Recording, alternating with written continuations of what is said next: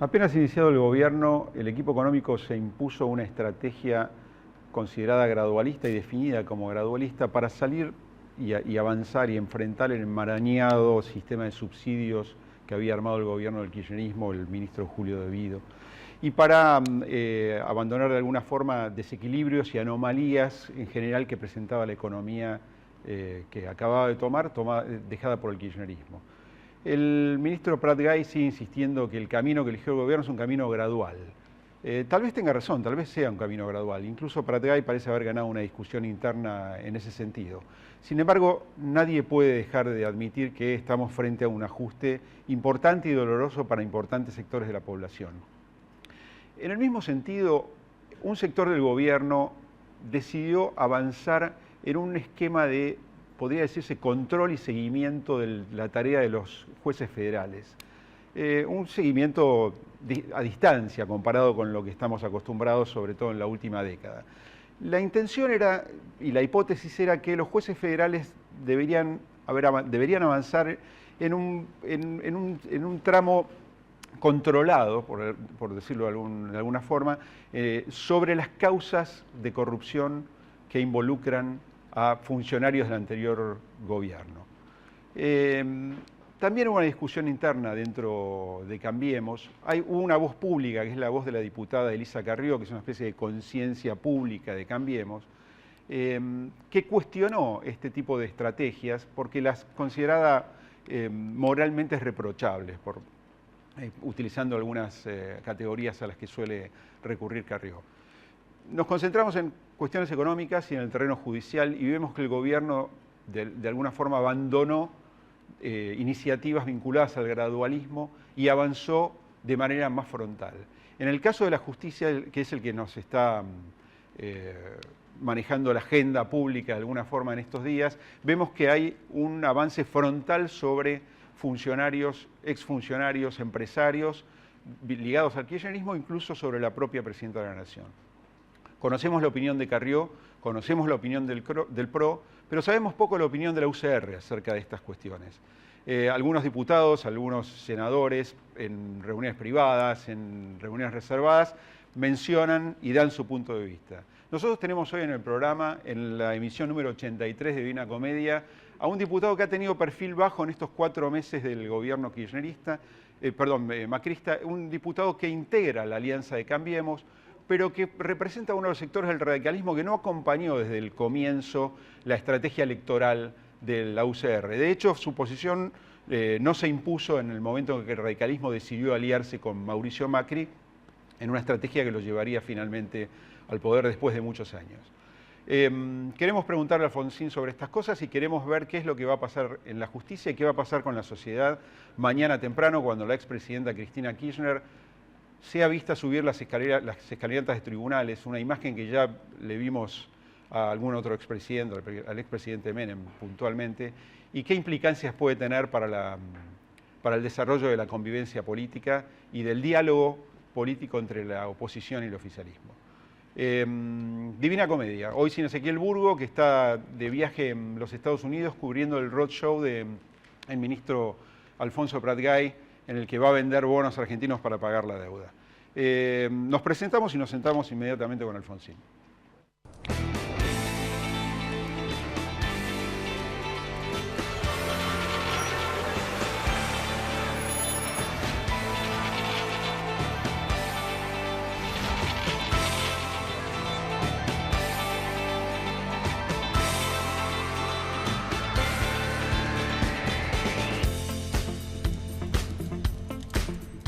Ricardo Alfonsín con nosotros. Doctor, gracias por haber venido. No, al contrario, Walter, gracias a ustedes. Bueno, está con nosotros Ignacio Liberadol también, se sumó a la mesa.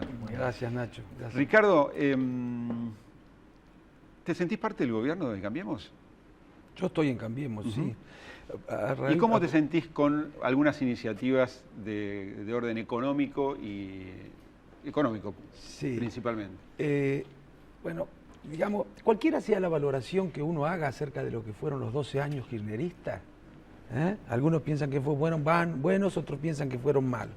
Cualquiera sea la valoración que uno haga, lo cierto es que al 10 de diciembre, este es un dato objetivo, al 10 de diciembre, Cuando asume el nuevo gobierno, nos encontramos con un déficit público del PBI, nos encontramos con parálisis o recesión económica o estancamiento de la economía a lo largo del 2015. Sumado a esto, con una combinación bastante infrecuente, inflación, proceso inflacionario, escasez de reservas, dificultades para acceder al crédito. Para colmo de males, un mundo que empieza a complicarse desde el punto de vista de la economía argentina. Me parece mucho el diagnóstico que hizo el presidente en el Congreso. Sí, lo podía hacer cualquiera, sí, por supuesto. Incluso el oficialismo sabía que era así. Digo, frente a esta situación, que es objetiva, olvidémonos de juzgar la gestión kirchnerista. Frente a esta situación, había dos cosas para hacer. Seguir haciendo lo que se vino haciendo hasta este momento, hasta el 10 de diciembre, como decía Scioli, por ejemplo, con apenas algunas variantes. Bueno, si hubiéramos hecho eso, ni Scioli lo hubiera hecho, si hubiéramos hecho eso los argentinos, nos podría haber pasado algo parecido a lo que nos pasó cuando no quisimos salir de la convertibilidad, porque nadie se animó. Estalló la economía, crisis social, crisis políticas, implosión del sistema de partidos, si hubiéramos seguido con esas políticas. Había que hacer correcciones. Ahora, los márgenes de libertad para aplicar políticas eran bastante reducidos. Creo que cualquiera hubiera hecho más o menos lo mismo.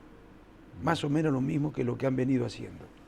Por supuesto, habrá algunas variantes, pero de grado, digamos, no de naturaleza.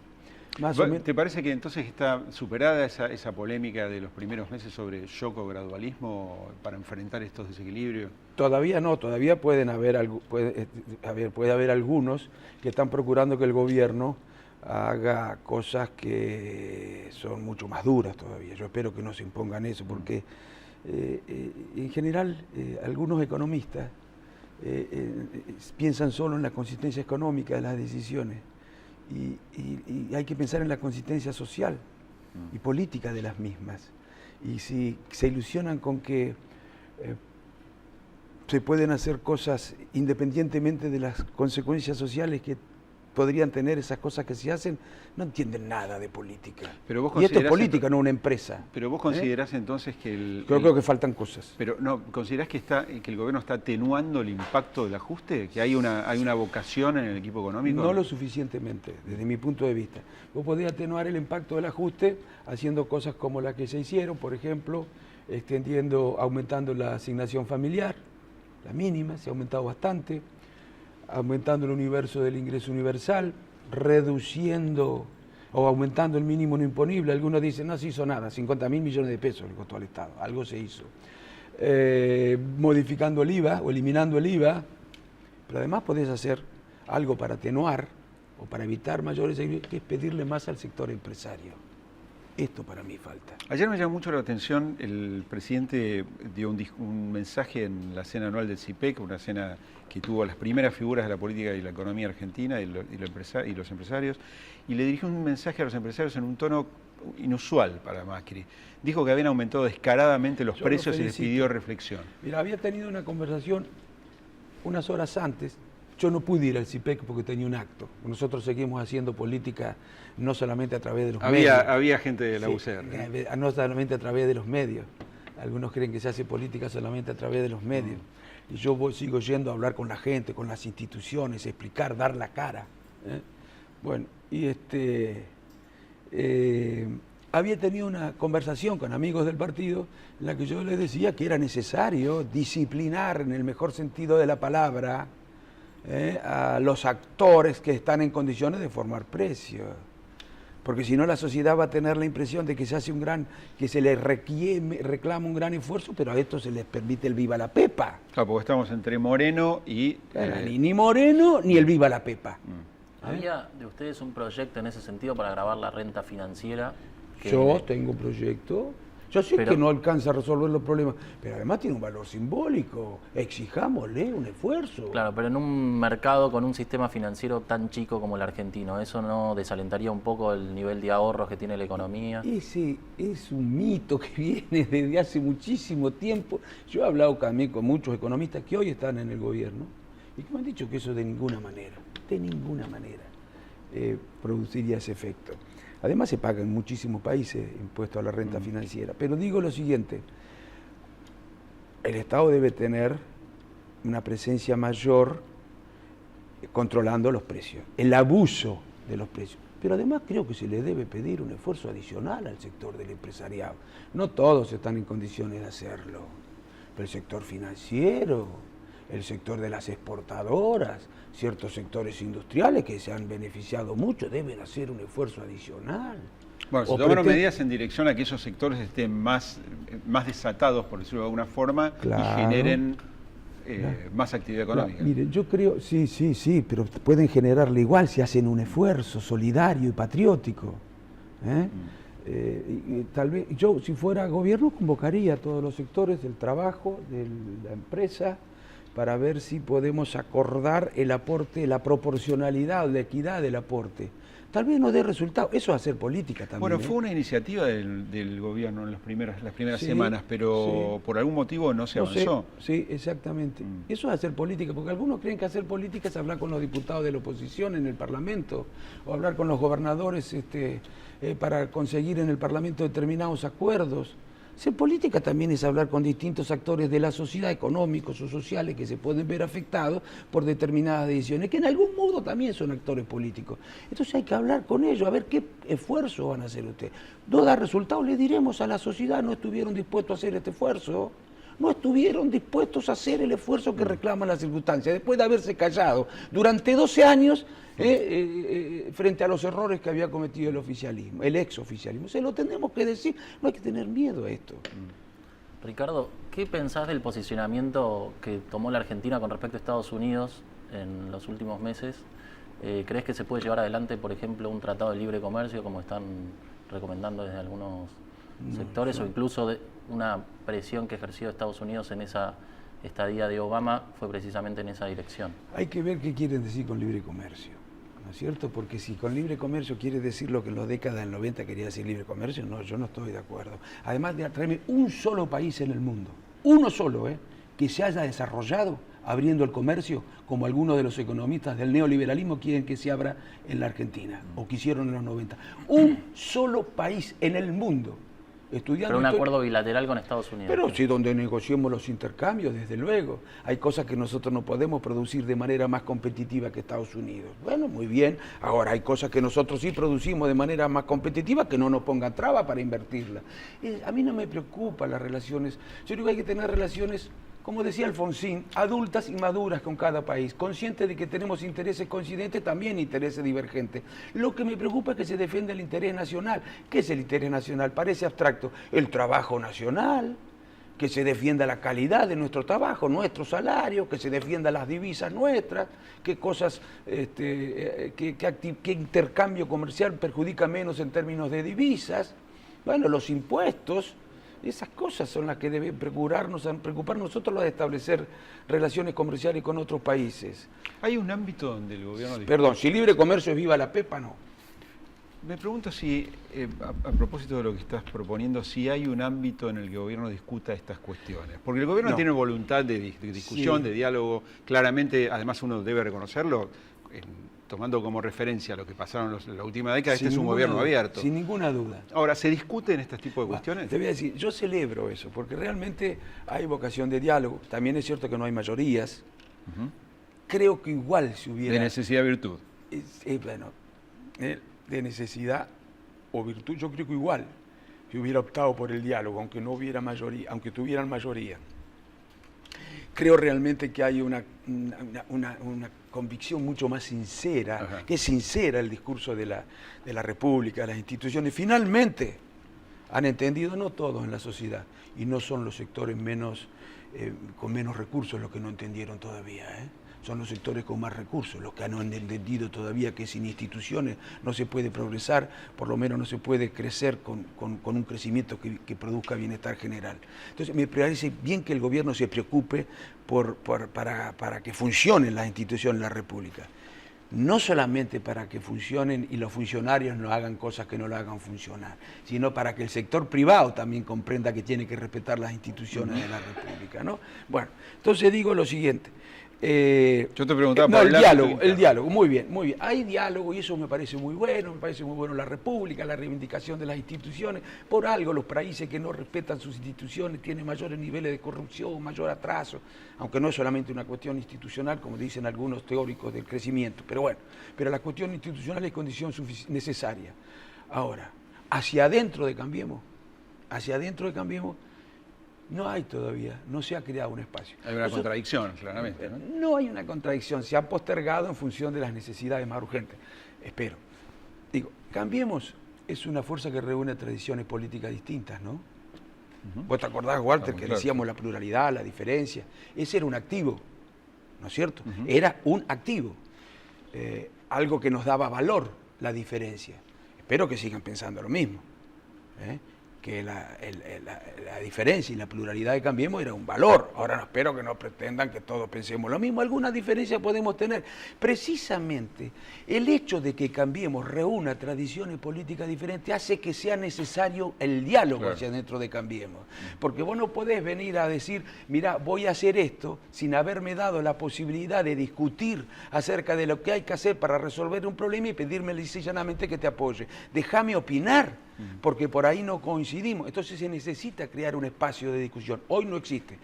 En Cambiemos nos dicen, y es cierto, que han estado trabajando sobre las llamas, sobre la urgencia, bueno, pero yo todavía no lo veo, por lo menos conmigo, a mí no me han dicho que exista ese espacio. Sí, existen sí conversaciones con algunos dirigentes del partido, sí, que son necesarias también. ¿No has entrado a la Casa de Gobierno desde que pensó el gobierno de Macri? No he entrado. No. Es un indicador, claro. A ver, yo no quiero cargos, ¿eh? No, digo, para tener algún diálogo con un ministro, con un... No, ni para mi partido. Y ojalá todos se den cuenta de esto. Por supuesto que si podés ocupar cargos, mejor, porque proyectás dirigentes de tu partido y te asegurás que se implementen determinadas políticas, tenés más garantía.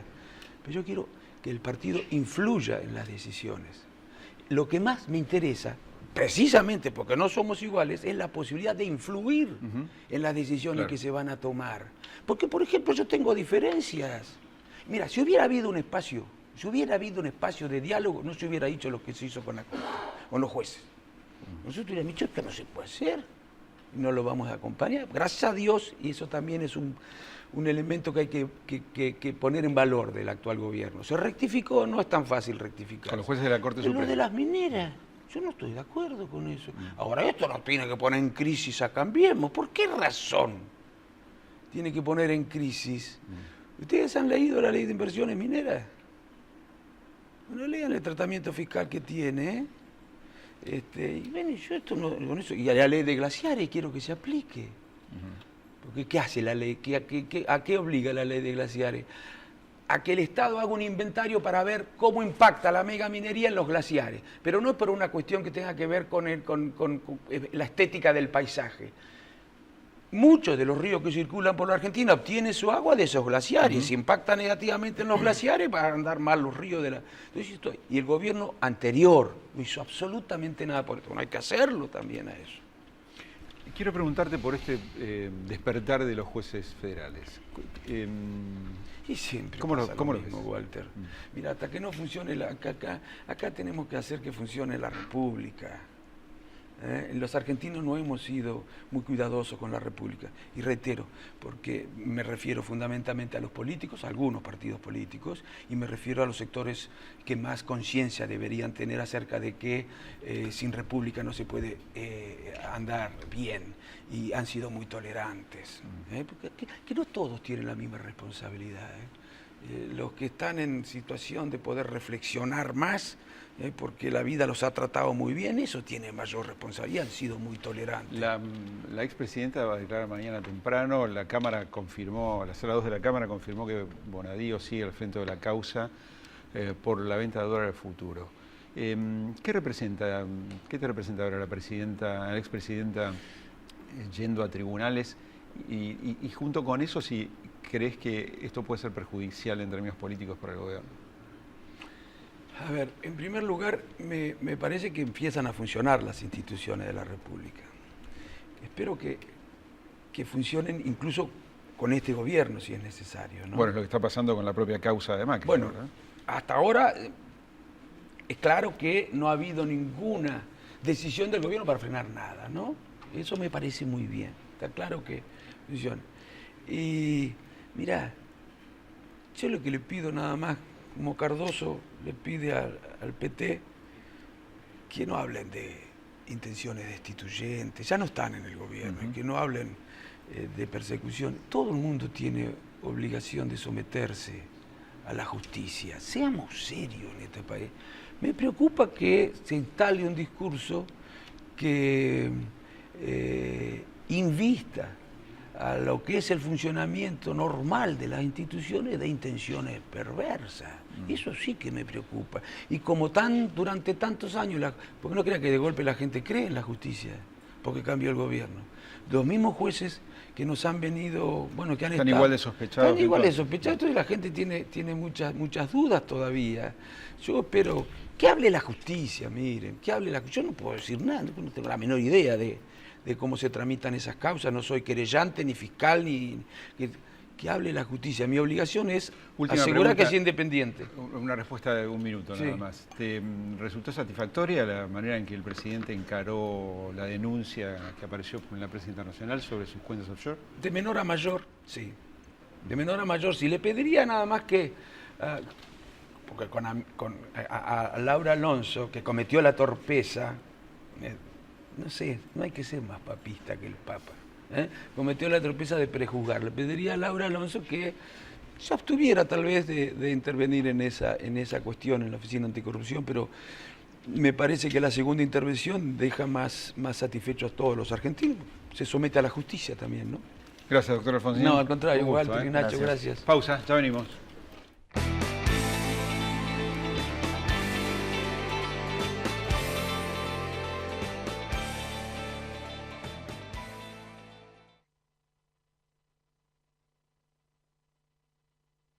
Mi corazón con el Kini late más. Dale, prendete. Vos también hacete fanático al ritmo del Kini 6 y vení a festejar todas las semanas. ¿Sabías que podés tener el Banco Ciudad en tu celular? Hacé transacciones. Localizá cajeros. Pagá todo. Recargá tu celular. Nueva banca móvil del Ciudad. Bájate la app y disfruta. Banco Ciudad, te quiere ver crecer. Red Social Wocra. Compromiso solidario en beneficio del trabajador constructor.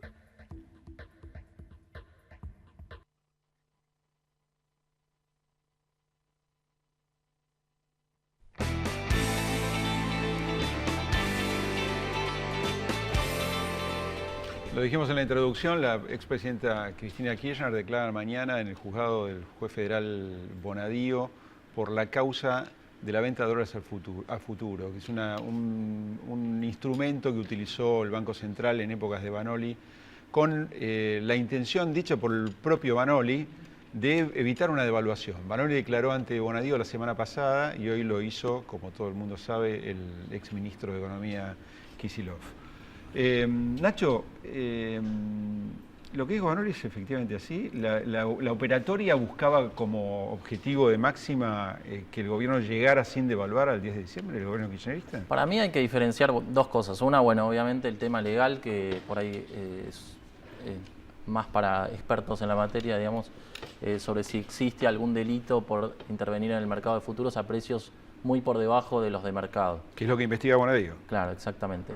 Pero por otro lado, hay que tener en cuenta dos cosas. Primero, que en su momento el mercado ya tenía la certeza de que estaba vendiendo a un precio muy por debajo del mercado y que iba a generar costos para el 2016. O sea que ellos podían estar generando una herencia muy pesada para sus sucesores, tanto el ministro de Economía Kicillof como Alejandro Banoli. Tanto por ese lado como por el lado de la dependencia del Banco Central que tenía con respecto al Poder Ejecutivo. O sea, ahora están desmintiendo que existiera algún tipo de acción coordinada, sí, pero en su momento... Están recuperando la autonomía del Banco Central. Claro, pero en su momento fuera de tiempo. Ellos mismos defendían esta política económica coordinada que se conversaba en un mismo escritorio con el presidente del Banco Central, del ministro de Economía, incluso de la presidenta. Eso está claro. Y el tema, por otro lado, también son los costos que al final terminó asumiendo el Banco Central en un contexto en el que tuvo que devaluar, de la misma manera que por ahí se tendría que haber visto obligado a devaluar un gobierno del kirchnerismo, porque en ese momento había reservas en baja y no había acceso a los mercados de deuda. Sí, hay algunas estimaciones. ¿Es mensurable ese costo? Porque, sí, porque hay cifras que van desde los 20.000 millones de dólares hasta los 50.000 millones de pesos. No, hasta marzo es de 77.000 millones de pesos. Lo que tuvo que pagar el Banco Central por la pérdida en contratos a futuro 70.000, no 50.000. 77.000 millones de pesos. A eso hay que sumarle... ¿Cómo pueden defender eso frente a un tribunal? Bueno, porque ellos dicen que no iban a devaluar, entonces ese costo no se iba a generar. Pero la pregunta que yo me hago es, ¿Banoli reconoce que le salió mal la operatoria o la reivindica? La reivindica para moderar las expectativas de devaluación en el momento, cosa que es discutible. O sea, él creía que en su momento había una voracidad por los activos en dólares. Y que la herramienta era esta. Claro, la gente especulaba con el tipo de cambio, entonces le daba contratos a futuro que en realidad lo que se comprometía a hacer el Banco Central era entregar los dólares en el futuro al tipo de cambio de entonces. Con eso evitaba perder reservas del Banco Central, pero generaba costos de emisión para el que viniera en esa gestión. Tenemos que cerrar. Bueno, el tema también hay que sumar la quita, que es de 11.500 millones de pesos que hizo Sturzenegger. Si uno suma esos dos costos de emisión, a esta altura la emisión llegaría al 63% anual. O sea, la emisión monetaria del Banco Central sería el 63% anual. Hubiera pasado del 40 al 63. Eso con toda la inflación asociada que sabemos que tiene. Que estamos viendo. En el mercado, claro, totalmente. Gracias, Nacho. Anatomía en segundos y nos vamos.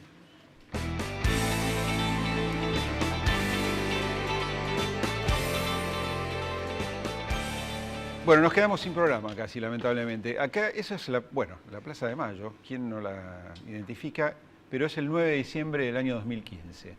Ese día se fue la presidenta Cristina Fernández de Kirchner, dejó la presidencia, esa medianoche en realidad, para convertirlo en presidente a Federico Pinedo. Es una plaza importante, había alrededor de 100.000 personas según las crónicas.